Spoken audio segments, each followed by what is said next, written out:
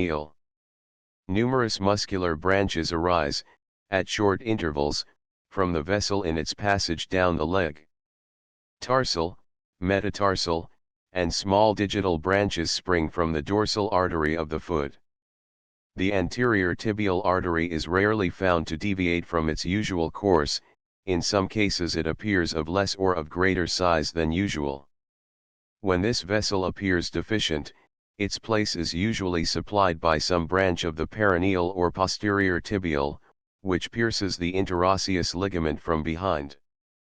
The anterior tibial artery, when requiring a ligature to be applied to it in any part of its course, may be exposed by an incision, extending for 3 or 4 inches, more or less, according to the depth of the vessel, along the outer border of the tibialis anticus muscle. The fibrous septum between this muscle and the extensor communis will serve as a guide to the vessel in the upper third of the leg, where it lies deeply on the interosseous ligament. In the middle of the leg, the vessel is to be sought for between the anterior tibial and extensor longus pollicis muscles.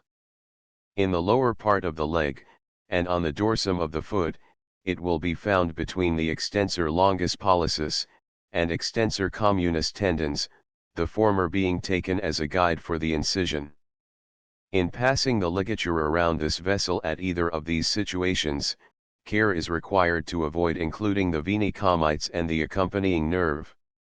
The sole of the foot is covered by a hard and thick integument, beneath which will be seen a large quantity of granulated adipose tissue so intersected by bands of fibrous structure as to form a firm, but elastic cushion, in the situations particularly of the heel and joints of the toes.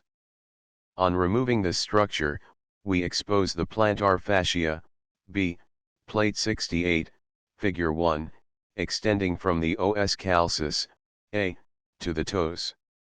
This fascia is remarkably strong, especially its middle and outer parts, which serve to retain the arched form of the foot, and thereby to protect the plantar structures from superincumbent pressure during the erect posture.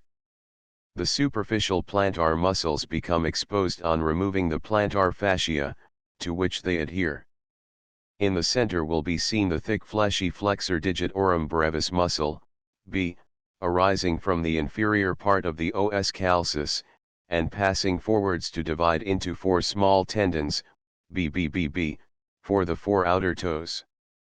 On the inner side of the foot appears the abductor pollicis, D, arising from the inner side of the os calcis and internal annular ligament, and passing to be inserted with the flexor pollicis brevis, H, into the sesamoid bones and base of the first phalanx of the great toe.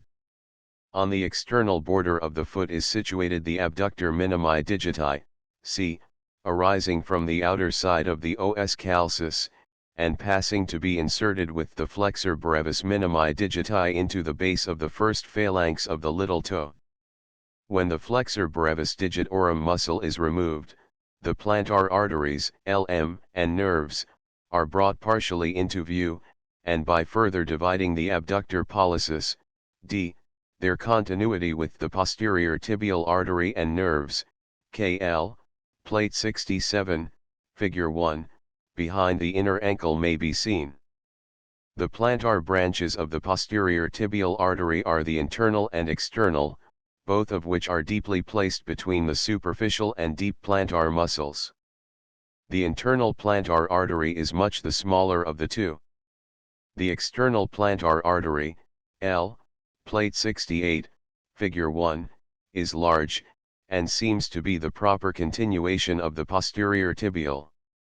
It corresponds, in the foot, to the deep palmar arch in the hand. Placed at first between the origin of the abductor pollicis and the calcaneum, the external plantar artery passes outwards between the short common flexor, B, and the flexor accessorius, E, to gain the inner borders of the muscles of the little toe. From this place it curves deeply inwards between the tendons of the long common flexor of the toes, FFF, and the tarso-metatarsal joints, to gain the outer side of the first metatarsal bone, H, plate 68, figure 2. In this course it is covered in its posterior half by the flexor brevis digitorum, and in its anterior half by this muscle, together with the tendons of the long flexor, F, plate 68, figure 1, of the toes and the lumbricals muscles, III. From the external plantar artery are derived the principal branches for supplying the structures in the sole of the foot. The internal plantar nerve divides into 4 branches, for the supply of the 4 inner toes, to which they pass between the superficial and deep flexors. The external plantar nerve, passing along the inner side of the corresponding artery, sends branches to supply the outer toe and adjacent side of the next, and then passes, with the artery, between the deep common flexor tendon and the metatarsus, to be distributed to the deep plantar muscles. The posterior tibial artery may be tied behind the inner ankle, on being laid bare in the following way: a curved incision, the concavity forwards, of 2 inches in length, is to be made midway between the tendo-achillis and the ankle. The skin and superficial fascia having been divided, we expose the inner annular ligament, which will be found enclosing the vessels and nerve in a canal distinct from that of the tendons. Their fibrous sheath having been slit open, the artery will be seen between the vena comites, and with the nerve, in general, behind it. When any of the arteries of the leg or the foot are wounded, and the hemorrhage cannot be commanded by compression, it will be necessary to search for the divided ends of the vessel in the wound, and to apply a ligature to both. The expediency of this measure must become fully apparent when we consider the frequent anastomoses existing between the collateral branches of the crural arteries, and that a ligature applied to any one of these above the seat of injury will not arrest the recurrent circulation through the vessels of the foot. Description of Plate 67 and 68. Plate 67. Figure 1. A. The tendon of the tibialis anticus muscle. B. The long saphena vein. C. The tendon of the tibialis posticus muscle. D. The tibia. D. The inner malleolus. E. The tendon of the flexor longus digitorum muscle. F. The gastrocnemius muscle. F. The tendo-achillis. G. The soleus muscle. H. The tendon of the plantaris muscle. I. The vena comites. K. The posterior tibial artery. LL. The posterior tibial nerve. Figure 2. A. The tibialis anticus muscle, A. Its tendon. B. The extensor longus digitorum muscle, B. Its 4 tendons. C. The extensor longus pollicis muscle. D. The tibia. E. The fibula, E. The outer malleolus. F. The tendon of the peroneus longus muscle. G. The peroneus brevis muscle, I. The peroneus tertius. H. The fascia. K. The extensor brevis digitorum muscle, K. Its tendons. LL. The anterior tibial artery and nerve descending to the dorsum of the foot. Plate 67, figures 1, 2. Plate 68. Figure 1. A. The calcaneum. B. The plantar fascia and flexor brevis digitorum muscle cut, B. Its tendons. C. The abductor minimi digiti muscle. D. The abductor pollicis muscle. E. The flexor accessorius muscle. F. The tendon of the flexor longus digitorum muscle, subdividing into F, tendons for the 4 outer toes. G. The tendon of the flexor pollicis longus muscle. H. The flexor pollicis brevis muscle. I. The 4 lumbricals muscles. K. The external plantar nerve. L. The external plantar artery. M. The internal plantar nerve and artery. Plate 68, Figure 1. Figure 2. A. The heel covered by the integument. B. The plantar fascia and flexor brevis digitorum muscle cut, BBB, the tendons of the muscle. C. The abductor minimi digiti. D. The abductor pollicis. E. The flexor accessorius cut. F. The tendon of the flexor digitorum longus cut, FFF, its digital ends. G. The tendon of the flexor pollicis. H. The head of the first metatarsal bone. I. The tendon of the tibialis posticus. K. The external plantar nerve. LL. The arch of the external plantar artery. MMMM. The four interosseous muscles. And the external plantar nerve and artery cut. Plate 68, Figure 2. Concluding commentary. On the form and distribution of the vascular system as a whole. Anomalies ramification anastomosis. I. The heart, in all stages of its development, is to the vascular system what the point of a circle is to the circumference, namely, at once the beginning and the end. The heart, occupying, it may be said, the center of the thorax, circulates the blood in the same way, by similar channels, to an equal extent, in equal pace, and at the same period of time, through both sides of the body. In its adult normal condition, the heart presents itself as a double or symmetrical organ. The two hearts, though united and appearing single, are nevertheless, as to their respective cavities, absolutely distinct. Each heart consists again of two compartments, an auricle and a ventricle. The two auricles are similar in structure and form. The two ventricles are similar in the same respects. A septum divides the two auricles, and another the two ventricles. Between the right auricle and ventricle, forming the right heart, there exists a valvular apparatus, tricuspid, by which these two compartments communicate, and a similar valve, bicuspid, admits of communication between the left auricle and ventricle.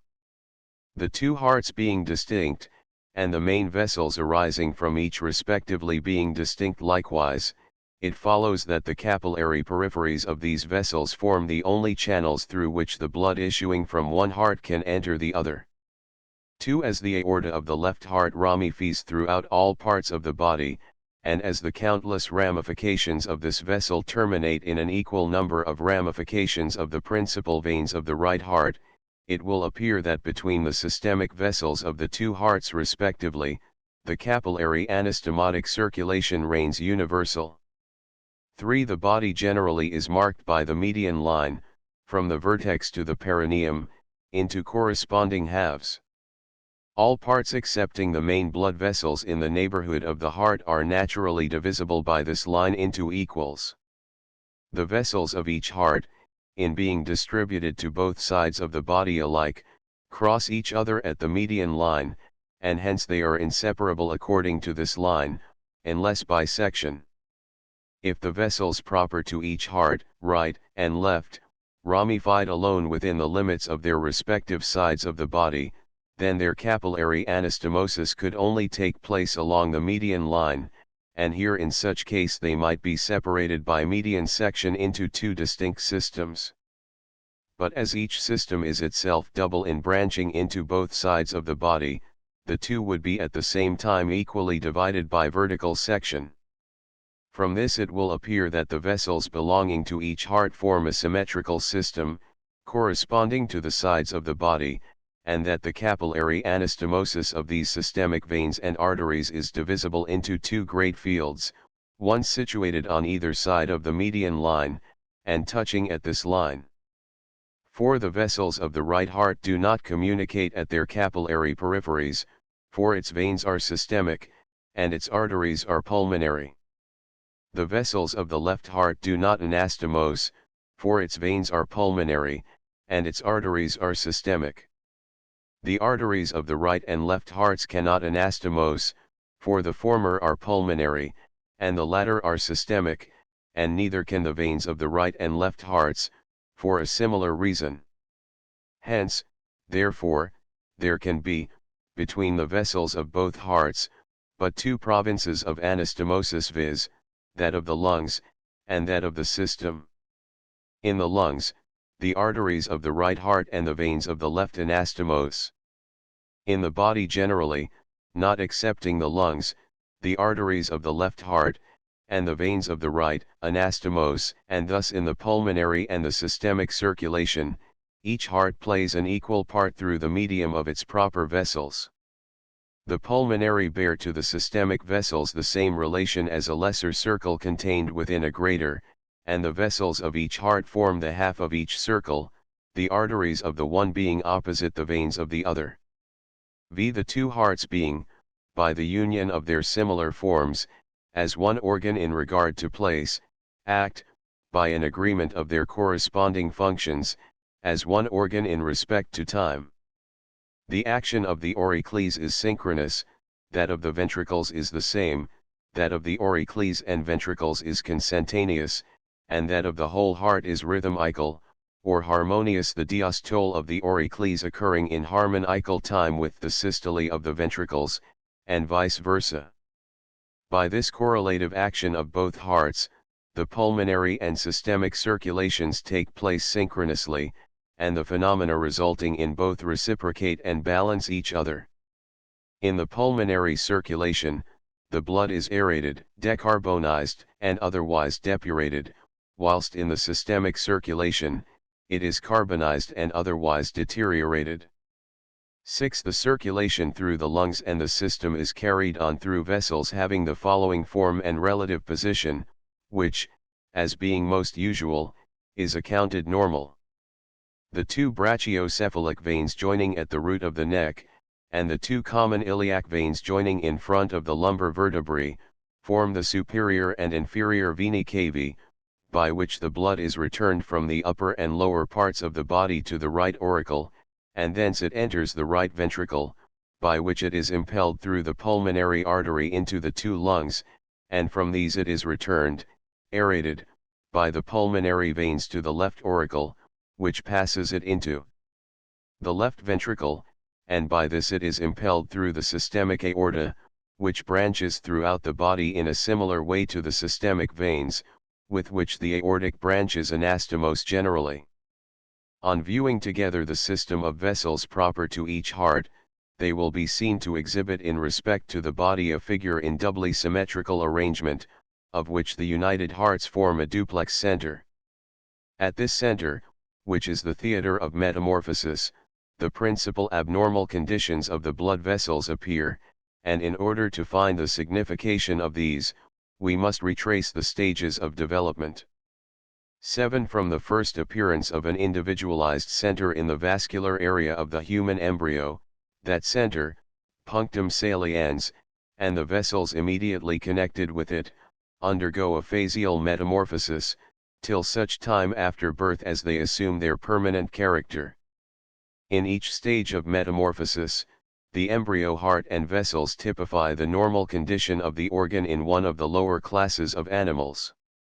The several species of the organ in these classes are parallel to the various stages of change in the human organ. In its earliest condition, the human heart presents the form of a simple canal, similar to that of the lower invertebrata, the veins being connected with its posterior end, while from its anterior end a single artery emanates. The canal next assumes a bent shape, and the vessels of both its ends become thereby approximated. The canal now being folded upon itself in heart shape, next becomes constricted in situations, marking out the future auricle and ventricle and arterial bulb, which still communicate with each other. From the artery are given off on either side symmetrically 5 branches, bronchial arches, which arch laterally from before, outwards and backwards, and unite in front of the vertebrae, forming the future descending aorta. In this condition, the human heart and vessels resemble the Piscean pipe. The next changes which take place consist in the gradual subdivision, by means of septa, of the auricle and ventricle respectively into 2 cavities. On the separation of the single auricle into 2, while the ventricle as yet remains single, the heart presents that condition which is proper to the reptilian class. The interauricular and interventricular septa, by gradual development from without inwards, at length meet and coalesce, thereby dividing the two cavities into two auricles and two ventricles, a condition proper to the avian and mammalian classes generally. In the center of the interauricular septum of the human heart, an aperture, foramen ovale, is left as being necessary to the fetal circulation.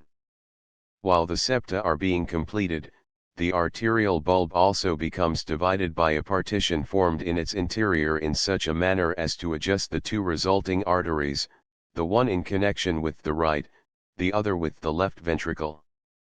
The right ventricular artery, pulmonary aorta, so formed, has assigned to it the fifth, posterior, opposite pair of arches, and of these the right one remaining pervious to the point where it gives off the right pulmonary branch, becomes obliterated beyond this point to that where it joins the descending aorta, while the left arch remains pervious during fetal life, as the ductus arteriosus still communicating with the descending aorta, and giving off at its middle the left pulmonary branch.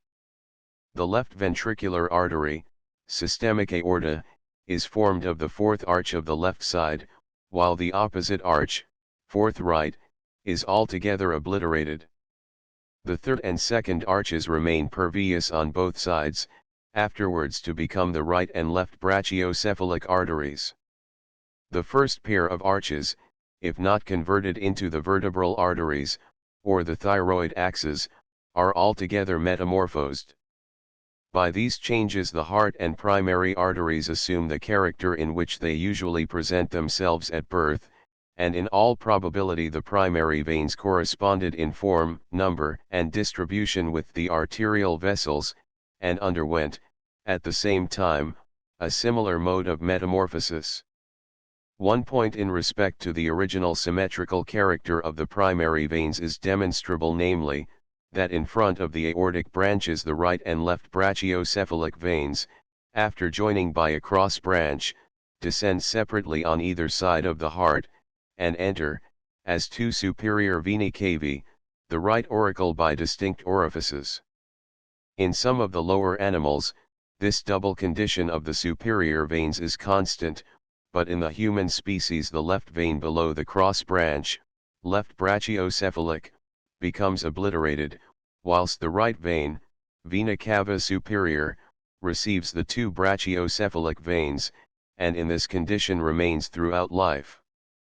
After birth, on the commencement of respiration, the foramen ovale of the interauricular septum closes, and the ductus arteriosus becomes impervious. This completes the stages of metamorphosis, and changes the course of the simple fetal circulation to one of a more complex order, viz., the systemic pulmonary characteristic of the normal state in the adult body. 8. Such being the phases of metamorphosis of the primary, bronchial, arches which yield the vessels in their normal adult condition, we obtain in this history an explanation of the signification not only of such of their anomalies as are on record, but of such also as are potential in the law of development. A few of them will suffice to illustrate the meaning of the whole number LST. The interventricular as well as the interauricular septum may be arrested in growth, leaving an aperture in the center of each. The former condition is natural to the human foetus, the latter to the reptilian class, while both would be abnormal in the human adult. Second, the heart may be cleft at its apex in the situation of the interventricular septum, a condition natural to the dugong. A similar cleavage may divide the base of the heart in the situation of the interauricular septum. Third, the partitioning of the bulbus arteriosus may occur in such a manner as to assign to the two aortae a relative position, the reverse of that which they normally occupy, the pulmonary aorta springing from the left ventricle and the systemic aorta arising from the right, and giving off from its arch the primary branches in the usual order. Footnote 1/4. As the two aortae result from a division of the common primary vessel, bulbus arteriosus, an arrest in the growth of the partition would leave them still as one vessel, which, supposing the ventricular septum remained also incomplete, would then arise from a single ventricle. Fifth, the ductus arteriosus may remain pervious, and while coexisting with the proper aortic arch, two arches would then appear on the left side.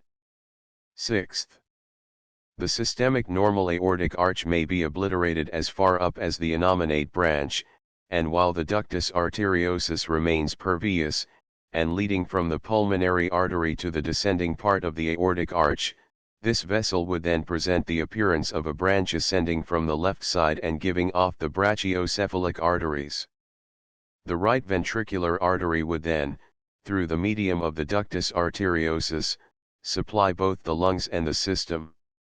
Such a state of the vessels would require, in order that the circulation of a mixed blood might be carried on, that the two ventricles freely communicate.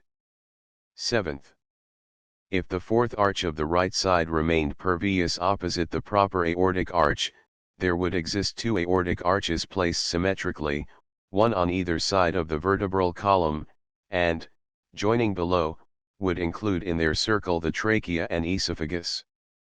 Eighth, if the fifth arch of the right side remained pervious opposite the open ductus arteriosus, both vessels would present a similar arrangement, as two symmetrical ducti arteriosi coexisting with symmetrical aortic arches. Ninth, if the vessels appeared coexisting in the two conditions last mentioned, they would represent four aortic arches, two on either side of the vertebral column. 10th, if the fourth right arch, instead of the fourth left, aorta, remained pervious, the systemic aortic arch would then be turned to the right side of the vertebral column, and have the trachea and esophagus on its left. 11th, when the bulbus arteriosus divides itself into three parts, the two lateral parts, in becoming connected with the left ventricle, will represent a double ascending systemic aorta, and having the pulmonary artery passing between them to the lungs.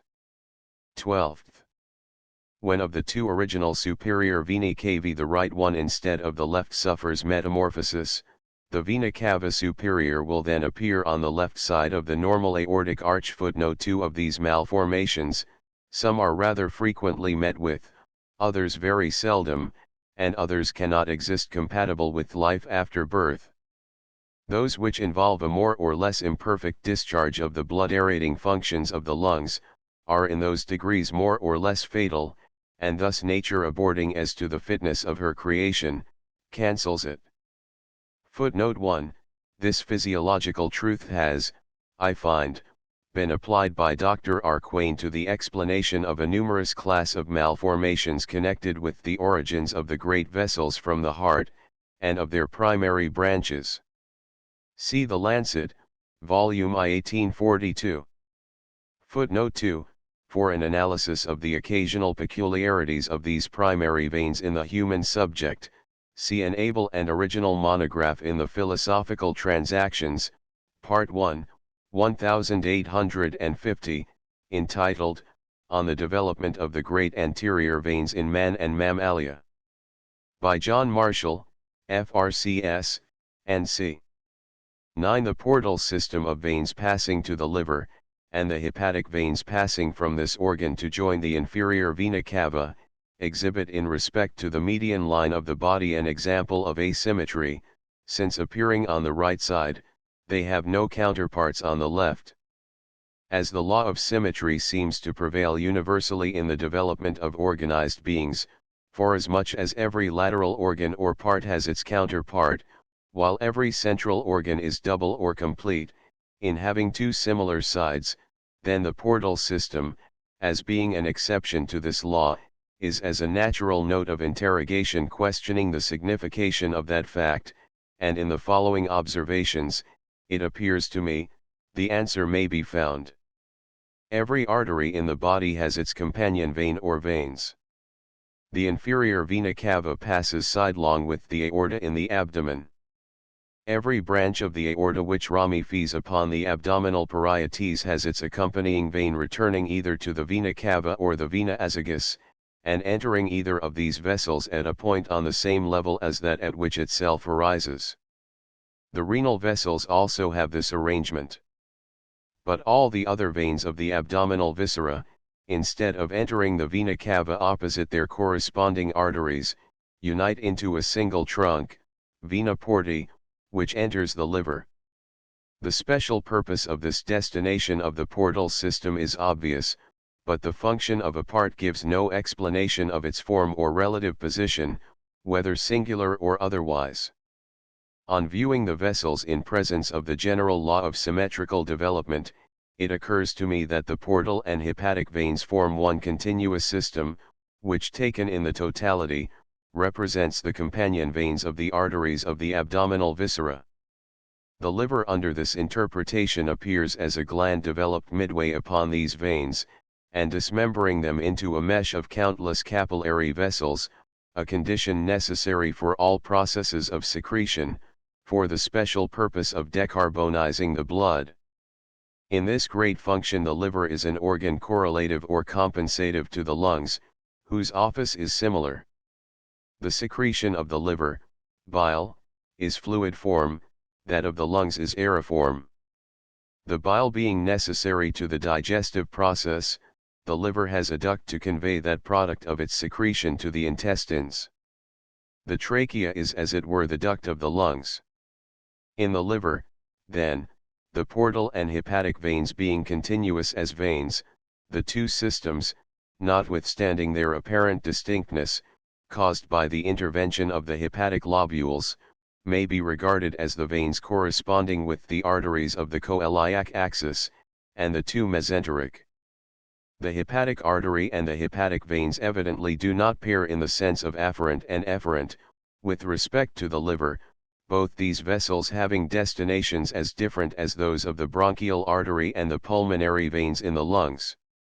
The bronchial artery is attended by its vein proper, while the vein which corresponds to the hepatic artery joins either the hepatic or portal veins traversing the liver, and in this position escapes notice. Footnote, in instancing these facts, as serving under comparison to explain how the hepatic vessels constitute no radical exception to the law of symmetry which presides over the development and distribution of the vascular system as a whole, I am led to inquire in what respect, if in any, the liver as an organ forms an exception to this general law either in shape, in function, or in relative position.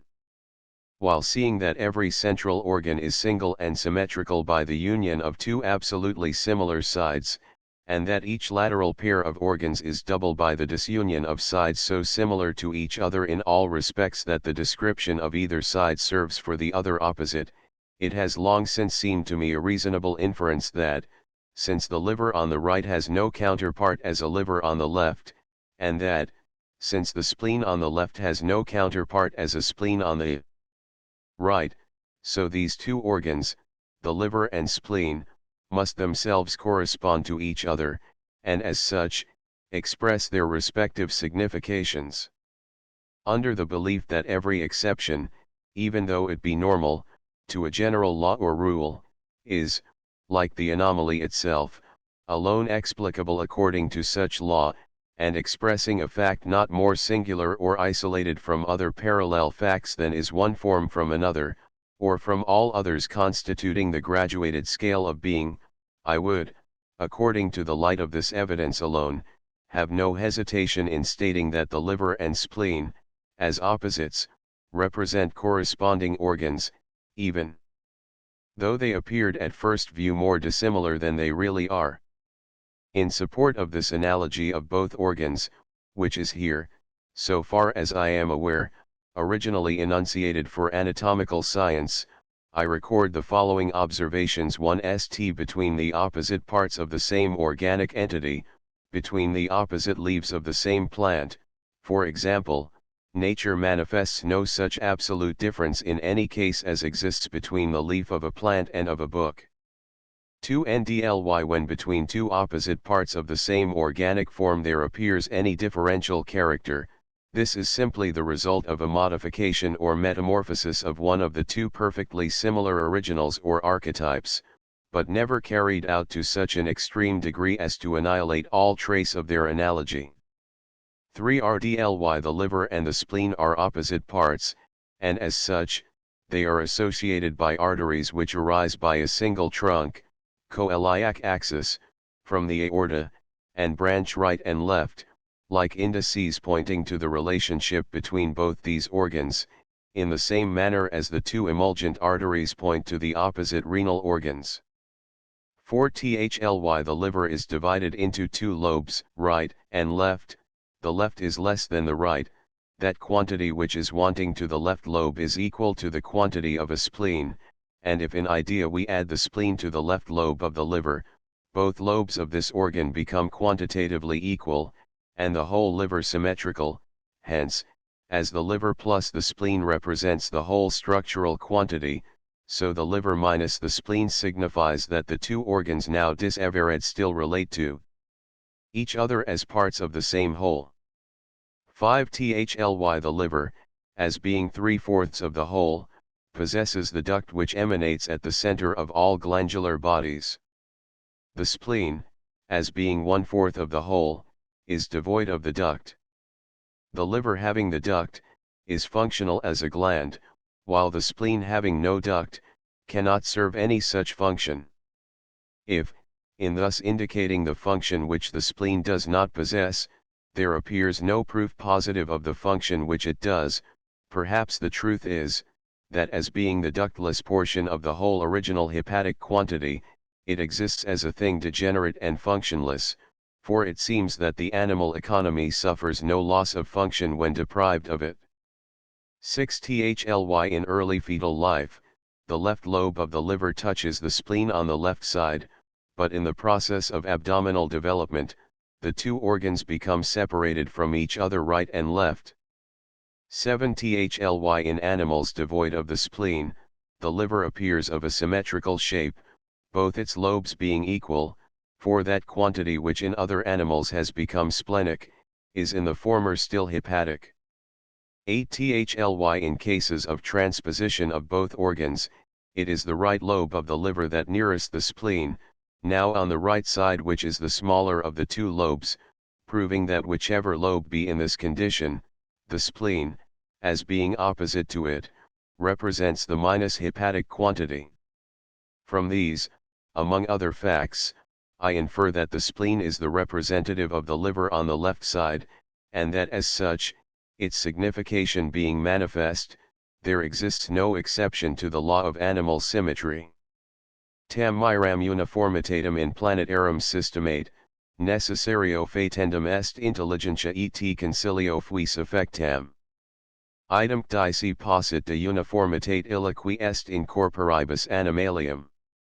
Habent videlicet animalia plerici omnia, bina latera, dextrum et sinistrum, formicum simili, et in lateribus illis, a posterior quidem corpora sui part, pedes binos, ab anteriori autem part, binos armis, vel pedes, vel alas, humerus affixos, interc humeros column, in spinam excurrens, cui affixum est caput, in eo caput binas ors, binos oculos, nasum, oset linguam, semi liter passita omnia, in omnibus fer animalibus. Newton, Optics, Civ de Reflex, and CP 411. X. The heart, though being itself the recipient, the prime mover, and the dispenser of the blood, does not depend either for its growth, vitality, or stimulus to action, upon the blood under these uses, but upon the blood circulating through vessels which are derived from its main systemic artery, and disposed in capillary ramifications through its substance, in the manner of the nutrient vessels of all other organs.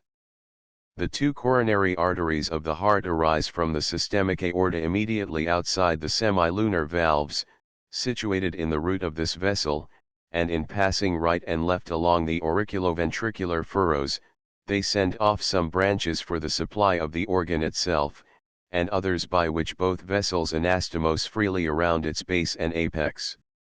The vasa cordis form an anastomotic circulation altogether isolated from the vessels of the other thoracic organs, and also from those distributed to the thoracic parietes. The coronary arteries are accompanied by veins which open by distinct orifices, foramina thebacii, into the right auricle. Like the heart itself, its main vessels do not depend for their support upon the blood conveyed by them, but upon that circulated by the small arteries, vasa vasorum, derived either from the vessel upon which they are distributed, or from some others in the neighborhood. These little arteries are attended by veins of a corresponding size, venules, which enter the venae comites, thus carrying out the general order of vascular distribution to the minutest particular. Besides the larger nerves which accompany the main vessels, there are delicate filaments of the cerebrospinal and sympathetic system distributed to their coats, for the purpose, as it is supposed, of governing their contractile movements. The vasa vasorum form an anastomosis as well upon the inner surface of the sheath as upon the artery contained in this part, and hence in the operation for tying the vessel, the rule should be to disturb its connections as little as possible, otherwise its vitality, which depends upon these minute branches, will, by their rupture, be destroyed in the situation of the ligature, where it is most needed. 11. The branches of the systemic aorta form frequent anastomoses with each other in all parts of the body. This anastomosis occurs chiefly amongst the branches of the main arteries proper to either side. Those branches of the opposite vessels which join at the median line are generally of very small size. There are but few instances in which a large blood vessel crosses the central line from its own side to the other. Anastomosis at the median line between opposite vessels happens either by a fusion of their sides lying parallel, as for example, and the only one, that of the two vertebral arteries on the basilar process of the occipital bone, or else by a direct end-to-end union, of which the lateral pair of cerebral arteries, forming the circle of Willis, and the two labial arteries, forming the coronary, are examples. The branches of the main arteries of one side form numerous anastomoses in the muscles and in the cellular and adipose tissue generally.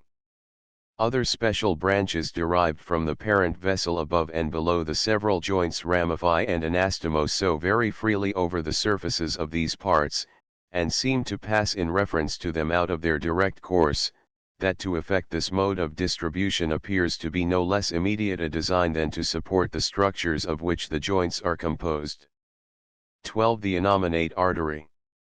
When this vessel is tied, the free direct circulation through the principal arteries of the right arm, and the right side of the neck, head, and brain, becomes arrested, and the degree of strength of the recurrent circulation depends solely upon the amount of anastomosing points between the following arteries of the opposite sides. The small terminal branches of the two occipital, the two auricular, the two superficial temporal, and the two frontal, inosculate with each other upon the sides, and over the vertex of the head, the two vertebral, and the branches of the internal carotid, at the base and over the surface of the brain, the two facial with each other, and with the frontal above and mental below, at the median line of the face, the two internal maxillary by their palatine, pharyngeal, meningeal, and various other branches upon the surface of the parts to which they are distributed, and lastly, the two superior thyroid arteries inosculate around the larynx and in the thyroid body. By these anastomoses, it will be seen that the circulation is restored to the branches of the common carotid almost solely. In regard to the subclavian artery, the circulation would be carried on through the anastomosing branches of the two inferior thyroid in the thyroid body, of the two vertebral, in the cranium and upon the cervical vertebrae, of the two internal mammary, with each other behind the sternum, and with the thoracic branches of the axillary and the superior intercostal laterally, lastly, through the anastomosis of the ascending cervical with the descending branch of the occipital, and with the small lateral offsets of the vertebral. 13. The common carotid arteries, Of these two vessels, the left one arising, in general, from the arch of the aorta, is longer than the right one by the measure of the innominate artery from which the right arises. When either of the common carotids is tied, the circulation will be maintained through the anastomosing branches of the opposite vessels as above specified. When the vertebral or the inferior thyroid branch arises from the middle of the common carotid, this vessel will have an additional source of supply if the ligature be applied to it below the origin of such branch. In the absence of the innominate artery, the right as well as the left carotid will be found to spring directly from the aortic arch. 14 The subclavian arteries.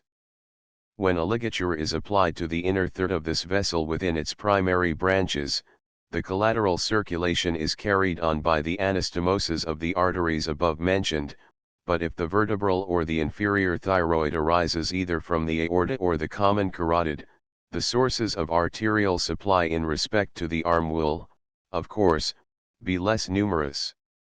When the outer portion of the subclavian is tied between the scalenus and the clavicle, while the branches arise from its inner part in their usual position and number, the collateral circulation in reference to the arm is maintained by the following anastomosing branches, viz., those of the superficialis colli, and the supra and posterior scapular, with those of the acromyothoracic, the subscapular, and the anterior and posterior circumflex around the shoulder joint, and over the dorsal surface of the scapula, and those of the internal mammary and superior intercostal, with those of the thoracic arteries arising from the axillary.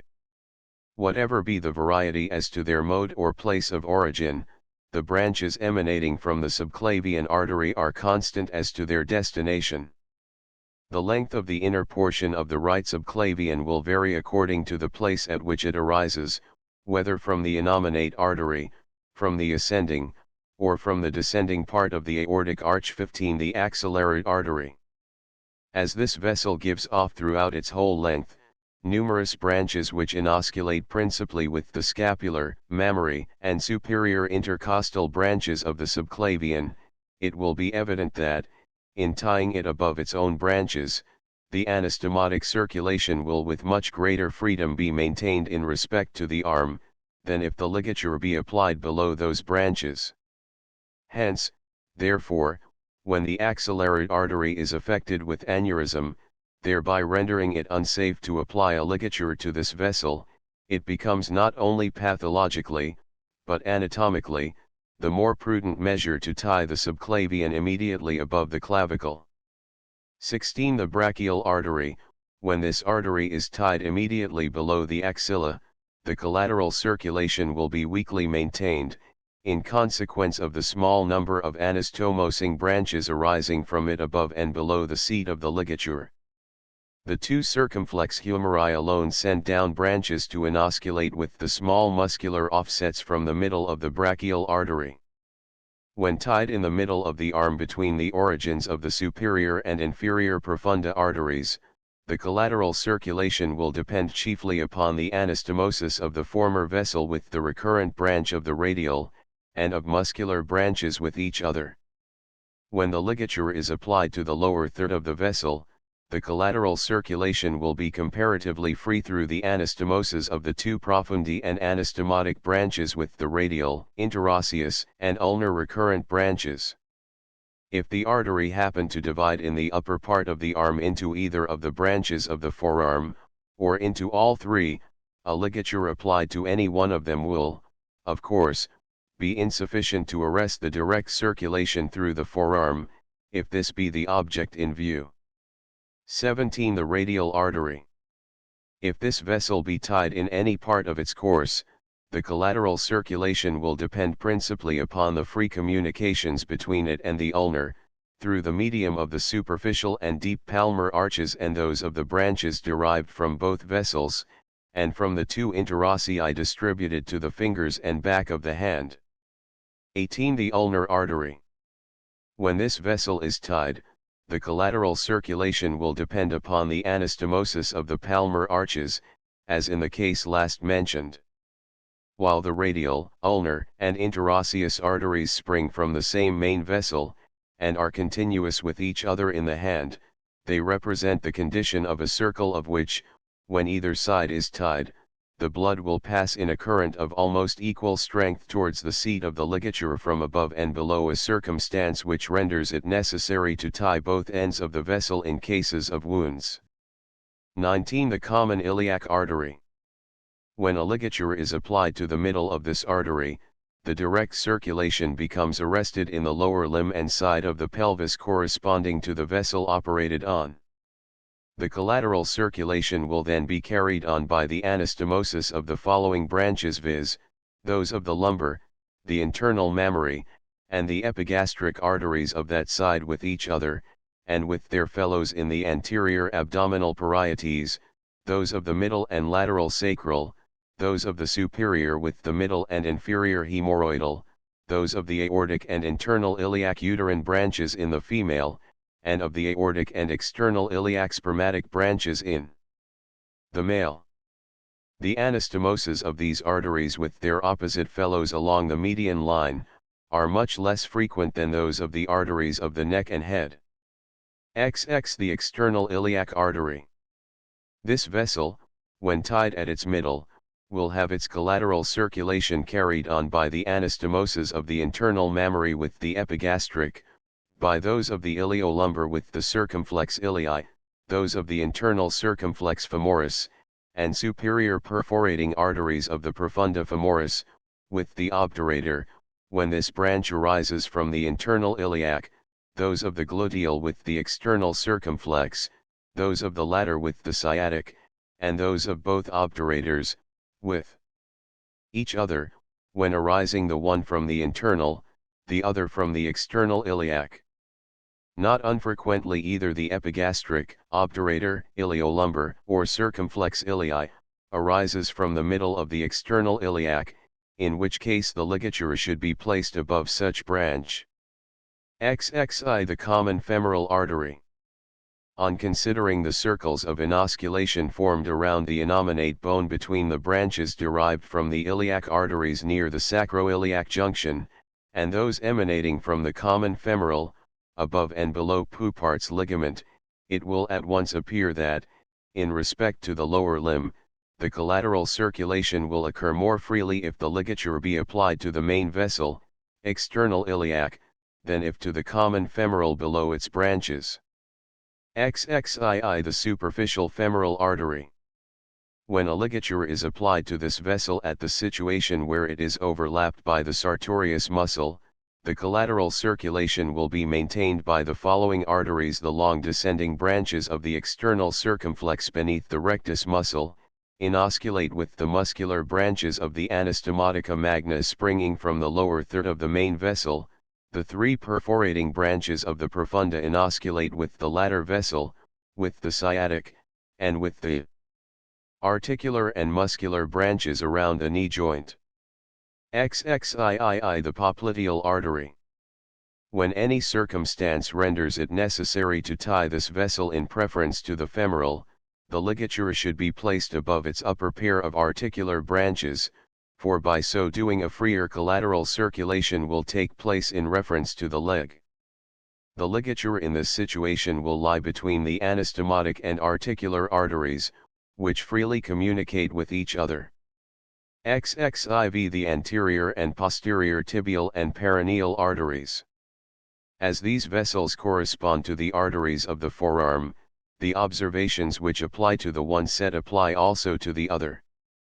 Footnote: for a complete history of the general vascular system, see The Anatomy of the Arteries of the Human Body, by Richard Quain, F.R.S., and c.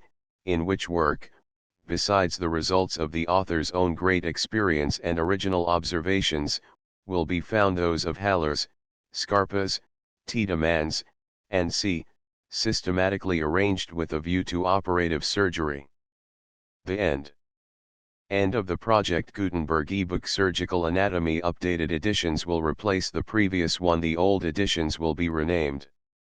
Creating the works from print editions not protected by U.S. copyright law means that no one owns a United States copyright in these works, so the Foundation, and you, can copy and distribute it in the United States without permission and without paying copyright royalties. Special rules, set forth in the general terms of use part of this license, apply to copying and distributing Project Gutenberg trademark electronic works to protect the Project Gutenberg trademark concept and trademark. Project Gutenberg is a registered trademark, and may not be used if you charge for an ebook, except by following the terms of the trademark license, including paying royalties for use of the Project Gutenberg trademark. If you do not charge anything for copies of this ebook, complying with the trademark license is very easy. You may use this ebook for nearly any purpose such as creation of derivative works, reports, performances, and research. Project Gutenberg ebooks may be modified and printed and given away. You may do practically anything in the United States with ebooks not protected by U.S. copyright law. Redistribution is subject to the trademark license, especially commercial redistribution. Start, full license. The full Project Gutenberg license. Please read this before you distribute or use this work to protect the Project Gutenberg trademark mission of promoting the free distribution of electronic works, by using or distributing this work, or any other work associated in any way with the phrase Project Gutenberg. You agree to comply with all the terms of the full Project Gutenberg trademark license available with this file or online at www.gutenberg.org/license. Section 1. General Terms of Use and Redistributing Project Gutenberg Trademark Electronic Works 1.a.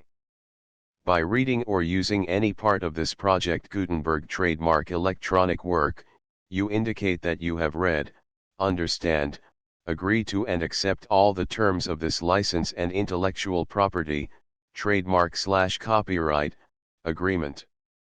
If you do not agree to abide by all the terms of this agreement, you must cease using and return or destroy all copies of Project Gutenberg trademark electronic works in your possession. If you paid a fee for obtaining a copy of or access to a Project Gutenberg trademark electronic work and you do not agree to be bound by the terms of this agreement, you may obtain a refund from the person or entity to whom you paid the fee as set forth in paragraph 1.e.8. 1.b. Project Gutenberg is a registered trademark. It may only be used on or associated in any way with an electronic work by people who agree to be bound by the terms of this agreement. There are a few things that you can do with most Project Gutenberg trademark electronic works even without complying with the full terms of this agreement. See paragraph 1.c below. There are a lot of things you can do with Project Gutenberg trademark electronic works if you follow the terms of this agreement and help preserve free future access to Project Gutenberg trademark electronic works. See paragraph 1.e below. 1.c. The Project Gutenberg Literary Archive Foundation, the Foundation or PGLOF, owns a compilation copyright in the collection of Project Gutenberg trademark electronic works. Nearly all the individual works in the collection are in the public domain in the United States. If an individual work is unprotected by copyright law in the United States and you are located in the United States, we do not claim a right to prevent you from copying, distributing, performing, displaying, or creating derivative works based on the work as long as all references to Project Gutenberg are removed. Of course, we hope that you will support the Project Gutenberg trademark mission of promoting free access to electronic works by freely sharing Project Gutenberg trademark works in compliance with the terms of this agreement for keeping the Project Gutenberg trademark name associated with the work. You can easily comply with the terms of this agreement by keeping this work in the same format with its attached full Project Gutenberg trademark license when you share it without charge with others. 1.d. The copyright laws of the place where you are located also govern what you can do with this work. Copyright laws in most countries are in a constant state of change. If you are outside the United States, check the laws of your country in addition to the terms of this agreement before downloading, copying, displaying, performing, distributing or creating derivative works based on this work or any other Project Gutenberg trademark work. The Foundation makes no representations concerning the copyright status of any work in any country other than the United States. 1.e Unless you have removed all references to Project Gutenberg, 1.e.1. The following sentence, with active links to, or other immediate access to, the full Project Gutenberg trademark license must appear prominently whenever any copy of a Project Gutenberg trademark work, any work on which the phrase Project Gutenberg appears, or with which the phrase Project Gutenberg is associated, is accessed, displayed, performed, viewed, copied or distributed. This ebook is for the use of anyone anywhere in the United States and most other parts of the world at no cost and with almost no restrictions whatsoever. You may copy it, give it away or reuse it under the terms of the Project Gutenberg license included with this ebook or online at www.gutenberg.org. If you are not located in the United States, you will have to check the laws of the country where you are located before using this ebook. 1.e.2. If an individual Project Gutenberg trademark electronic work is derived from texts not protected by U.S. copyright law, does not contain a notice indicating that it is posted with permission of the copyright holder, the work can be copied and distributed to anyone in the United States without paying any fees or charges. If you are redistributing or providing access to a work with the phrase Project Gutenberg associated with or appearing on the work, you must comply either with the requirements of paragraphs 1.e.1 through 1.e.7 or obtain permission for the use of the work and the Project Gutenberg trademark as set forth in paragraphs 1.e.8 or 1.e.9. 1.e.3. If an individual Project Gutenberg trademark electronic work is posted with the permission of the copyright holder, your use and distribution must comply with both paragraphs 1.e.1 through 1.e.7 and any additional terms imposed by the copyright holder. Additional terms will be linked to the Project Gutenberg trademark license for all works posted with the permission of the copyright holder found at the beginning of this work. 1.e.4. Do not unlink or detach or remove the full Project Gutenberg trademark license terms from this work, or any files containing a part of this work or any other work associated with Project Gutenberg trademark. 1.e.5. Do not copy, display, perform, distribute or redistribute this electronic work, or any part of this electronic work, without prominently displaying the sentence set forth in paragraph 1.e.1 with active links or immediate access to the full terms of the Project Gutenberg trademark license. 1.e.6. You may convert to and distribute this work in any binary, compressed, marked up, non-proprietary or proprietary form, including any word processing or hypertext form. However, if you provide access to or distribute copies of a Project Gutenberg trademark work in a format other than plain vanilla ASCII or other format used in the official version posted on the official Project Gutenberg trademark website, www.gutenberg.org, you must, at no additional cost, fee, or expense to the user, provide a copy, a means of exporting a copy, or a means of obtaining a copy upon request, of the work in its original plain vanilla ASCII or other form.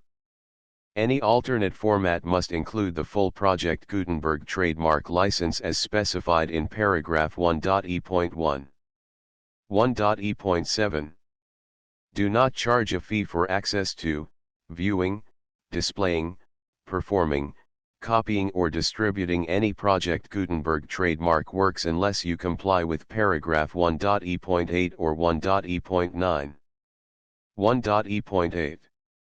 You may charge a reasonable fee for copies of or providing access to or distributing Project Gutenberg trademark electronic works provided that, You pay a royalty fee of 20% of the gross profits you derive from the use of Project Gutenberg trademark works calculated using the method you already use to calculate your applicable taxes. The fee is owed to the owner of the Project Gutenberg trademark, but he has agreed to donate royalties under this paragraph to the Project Gutenberg Literary Archive Foundation. Royalty payments must be paid within 60 days following each date on which you prepare, or are legally required to prepare, your periodic tax returns. Royalty payments should be clearly marked as such and sent to the Project Gutenberg Literary Archive Foundation at the address specified in Section 4, Information about donations to the Project Gutenberg Literary Archive Foundation. You provide a full refund of any money paid by a user who notifies you in writing, or by email, within 30 days of receipt that he does not agree to the terms of the full Project Gutenberg trademark license. You must require such a user to return or destroy all copies of the works possessed in a physical medium and discontinue all use of and all access to other copies of Project Gutenberg trademark works. You provide, in accordance with paragraph 1.f.3, a full refund of any money paid for a work or a replacement copy, if a defect in the electronic work is discovered and reported to you within 90 days of receipt of the work. You comply with all other terms of this agreement for free distribution of Project Gutenberg trademark works. 1.e.9. If you wish to charge a fee or distribute a Project Gutenberg trademark electronic work or group of works on different terms than are set forth in this agreement, you must obtain permission in writing from the Project Gutenberg Literary Archive Foundation, the manager of the Project Gutenberg trademark. Contact the Foundation as set forth in Section 3 below. 1.f1.f.1. Project Gutenberg volunteers and employees expend considerable effort to identify, do copyright research on, transcribe and proofread works not protected by U.S. copyright law in creating the Project Gutenberg trademark collection. Despite these efforts, Project Gutenberg trademark electronic works, and the medium on which they may be stored, may contain defects, such as, but not limited to, incomplete, inaccurate or corrupt data, transcription errors, a copyright or other intellectual property infringement, a defective or damaged disk or other medium, a computer virus, or computer codes that damage or cannot be read by your equipment. 1.f.2. Limited warranty, disclaimer of damages, except for the right of replacement or refund described in paragraph 1.f.3, the Project Gutenberg Literary Archive Foundation, the owner of the Project Gutenberg trademark, and any other party distributing a Project Gutenberg trademark electronic work under this agreement, disclaim all liability to you for damages, costs, and expenses, including legal fees. You agree that you have no remedies for negligence, strict liability, breach of warranty or breach of contract except those provided in paragraph 1.f.3. You agree that the Foundation, the trademark owner, and any distributor under this agreement will not be liable to you for actual, direct, indirect, consequential, punitive, or incidental damages even if you give notice of the possibility of such damage. 1.f.3. Limited right of replacement or refund. If you discover a defect in this electronic work within 90 days of receiving it, you can receive a refund of the money, if any, you paid for it by sending a written explanation to the person you received the work from. If you received the work on a physical medium, you must return the medium with your written explanation. The person or entity that provided you with the defective work may elect to provide a replacement copy in lieu of a refund. If you received the work electronically, the person or entity providing it to you may choose to give you a second opportunity to receive the work electronically in lieu of a refund. If the second copy is also defective, you may demand a refund in writing without further opportunities to fix the problem. 1.f.4. except for the limited right of replacement or refund set forth in paragraph 1.f.3, this work is provided to you as is, with no other warranties of any kind, express or implied, including but not limited to warranties of merchantability or fitness for any purpose. 1.f.5. Some states do not allow disclaimers of certain implied warranties or the exclusion or limitation of certain types of damages.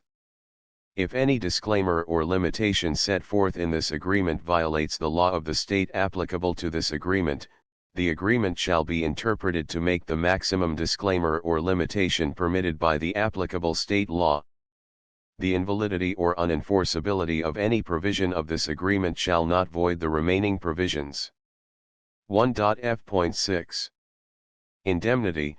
You agree to indemnify and hold the foundation, the trademark owner, any agent or employee of the foundation, anyone providing copies of Project Gutenberg trademark electronic works in accordance with this agreement, and any volunteers associated with the production, promotion, and distribution of Project Gutenberg trademark electronic works, harmless from all liability, costs, and expenses, including legal fees, that arise directly or indirectly from any of the following which you do or cause to occur. A. Distribution of this or any Project Gutenberg trademark work. B.